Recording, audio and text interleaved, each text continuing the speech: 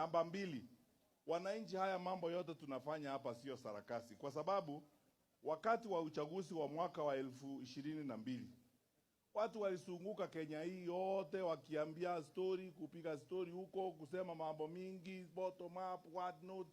Sasa wakaingia kwa serikali. Sasa hiyo story imeisha. Mumeona hiyo maneno ya bottom up mahali? Sasa imekuwa up bottom. Wakubwa ndio wanapora inji, ndio wanakula, ndio wamechukua mashamba yenu hapa ya miwa. Sasa wao wanajitajirisha. Hakika walituambia pesa mfukoni, lakini hawakusema ni mfuko gani. Kumbe ni mfuko yao, ilikuwa wanataka ingie. Kwa hivyo sasa tumefika wakati uchaguzi huu, vile wenzangu wamesema, itakuwa step ya kwanza, hatua ya kwanza kuonyesha kwamba tumeungana sisi wote wa Kenya, tunataka mabadiliko katika jamhuri yetu tukufu ya Kenya.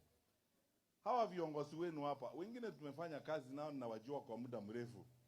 Hakika wengine hawa viongozi kama mheshimiwa anatembea, tumekuwa nao kwa serikali. I know them as highly competent people. Wanatosha kufanya kazi ya kuendesha mambo ya maendeleo hapa.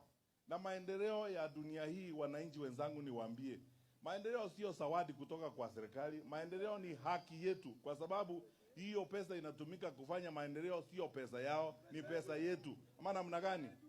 Si tunalipa kodi? Iko mtu hapa alipi kodi?